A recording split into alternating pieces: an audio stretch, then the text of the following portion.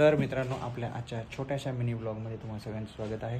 थोड्याच वेळ आधी नाही का आम्ही जरा मार्केटमध्ये गेलो होतो आणि मार्केटमधून काय आम्ही खरेदी करून आलेलो आहोत त्याच संदर्भामध्ये सस्पेन्स आहे. या ब्लॉगमध्ये काही मी सांगणार नाही आहे आणि काय खरेदी केलेली आहे ते तुम्हाला नेक्स्ट ब्लॉगमध्ये ती बघायला मिळणार आहे. आणि त्या खरेदीच्या प्रत्यार्थ नाही का आपल्याला म्हणजे एक छोटीशी 100 रुपयाचं फक्त आपल्याला पार्टी देऊन आपलं म्हणजे समाधान करण्यात आलेलं आहे. आणि ते कुणी समाधान केलेलं आहे त्याचा पण मी आता तुम्हाला या ब्लॉगमध्ये उलगडा करणार आहे.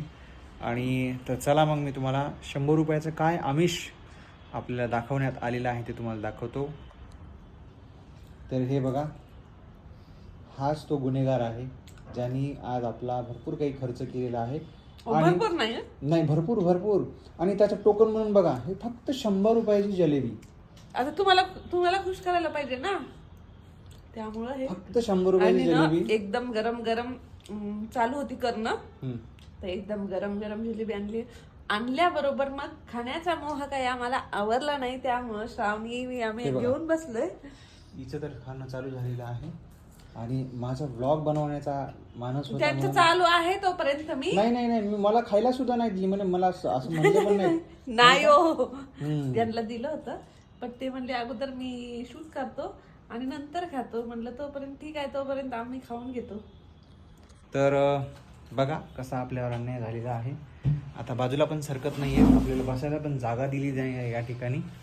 आणि आता बघू, जलेबी खाऊन पाहतो. खूप छान आहे. ऑल टाइम फेवरेट आहे आपलं जलेबी. लहान असतं तर आम्ही खूप खाल्लेलं आहे.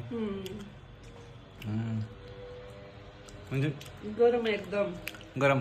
आमचे दादा नाही का, म्हणजे आईचे वडील जे होते, आजोबा, ते कधी पण आमच्याकडे आले का मग जलेबी आणायची आणि मस्त आम्ही जलेबी खायची.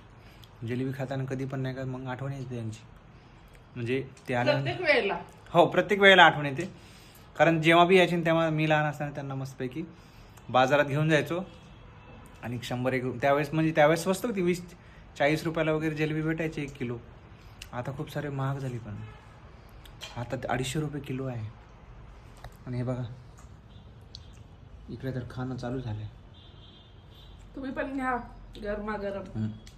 तर चला मग आता मिनी ब्लॉग इथेच एंड करतो. आणि कुणाकुणाला जलेबी आवडते ते तुम्ही नक्कीच कमेंट बॉक्समध्ये आपल्याला सांगा. तर भेटू आपण आता पुढच्या ब्लॉगमध्ये. तोपर्यंत बाय.